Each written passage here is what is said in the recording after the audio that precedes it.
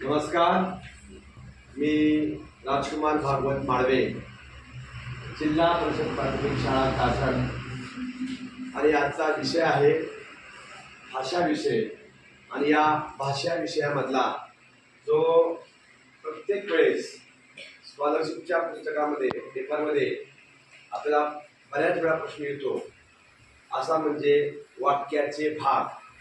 आणि या वाक्याच्या भागावरती तुम्हाला 100% एक प्रश्न हा हमखास तुम्हाला विचारला जातो. वाक्याचे भाग.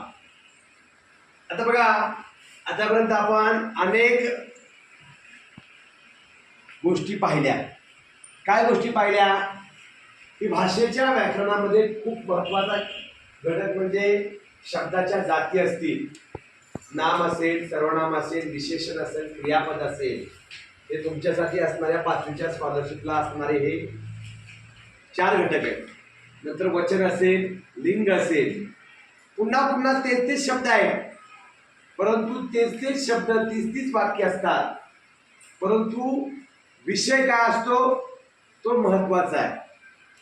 मग नामाला बी तेच शब्द आहेत आणि वाक्याच्या प्रकाराला सुद्धा तेच शब्द आहेत, किंवा विशेषणामध्ये ते शब्द येणार आहेत, ते शब्द इथे येणार आहेत. पण पर्पज काय, उद्देश काय आहे, प्रश्न काय आहे? वाक्याचे भाग. आता हे वाक्य असतं माहिती तुम्हाला. वाक्य म्हणजे राम वनवासाला गेला, आहे की नाही? या वाक्य पूर्ण वाक्य झालं. पण याच्यामधलं एक वाक्यामध्ये 2 भाग पडतात. वाक्याचे किती भाग पडतात? 2. मग त्यातला एक उद्देश हा एक भाग असतो आणि विधेय हा एक भाग असतो. उद्देश काय असतो? एक भाग. वाक्याचे 2 भाग. किती भाग? 2 भाग. त्यातला एक भाग म्हणजे काय? उद्देश. काय असतो? उद्देश. आणि दुसरा भाग असतो तो विधेय. आता उद्देश म्हणजे काय? तर उद्देश हा त्या वाक्याचा मुख्य भाग असतो. मुख्य उद्देश हा काय असतो? तो त्या वाक्याचा मुख्य भाग. आणि त्या मुख्य भागाला आपण उद्देश म्हणतो.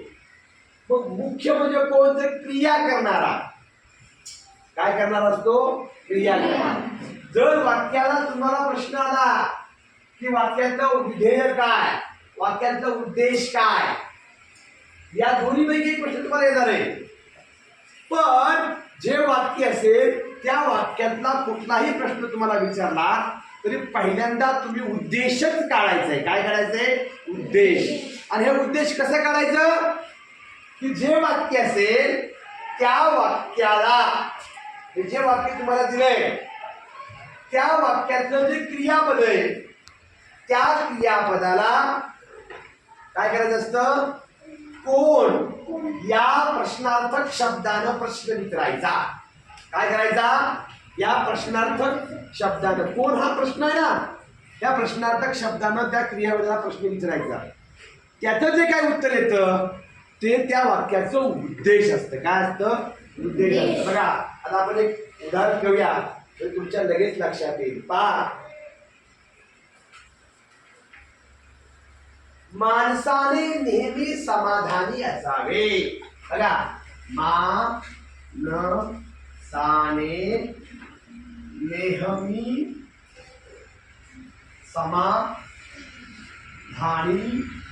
असावे. आता तुम्हाला या वाक्यामध्ये जर बघितलं बारकाईनं तर माणसाने नेहमी समाधानी असावे असे 4 शब्द आलेले आहेत. या 4 शब्दाच्या तुम्हाला सुद्धा प्रत्येकाला विचारलं तर याची जात, याची जात, याची जात तुम्हाला येईल. जातीच्या वर्गीकरणामध्ये घ्यायचं आणि आपल्याला तो विषय घ्यायचा नाही. पण इथं क्रियापद तुम्हाला कळलं पाहिजे. या वाक्यामध्ये काय क्रियापद आहे? असावे. आणि असावे या क्रियापदाला काय करायचंय? कोणते प्रश्न विचारायचे? असावे. कोण असावे? काय असावे? कोण असावे? नाही. काय असायला पाहिजे? असावे. आहे. कोण आहे? माणूस. कोण आहे इथं? माणूस. असावेच काय आहे? आहे.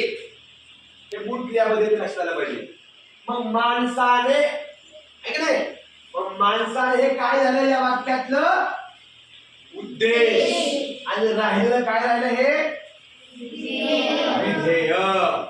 तुम्हाला काही प्रश्न विचारू द्या, उद्देश विचारू द्या किंवा विधेय विचारू द्या, पण पहिल्यांदा प्रश्नातलं काढत असताना तुम्ही पहिल्यांदा काय करायचं? उद्देश काढायचा. उद्देश काढल्यानंतर विधेय काढायचं आणि त्यानंतरच तुम्हाला प्रश्न काय विचारलाय त्यानुसार त्याचं उत्तर लिहायचं. अशा पद्धतीनं हे जर तुम्ही याचा सराव केला तर तुम्हाला याची 2 मार्क 100% मिळू शकतात. धन्यवाद.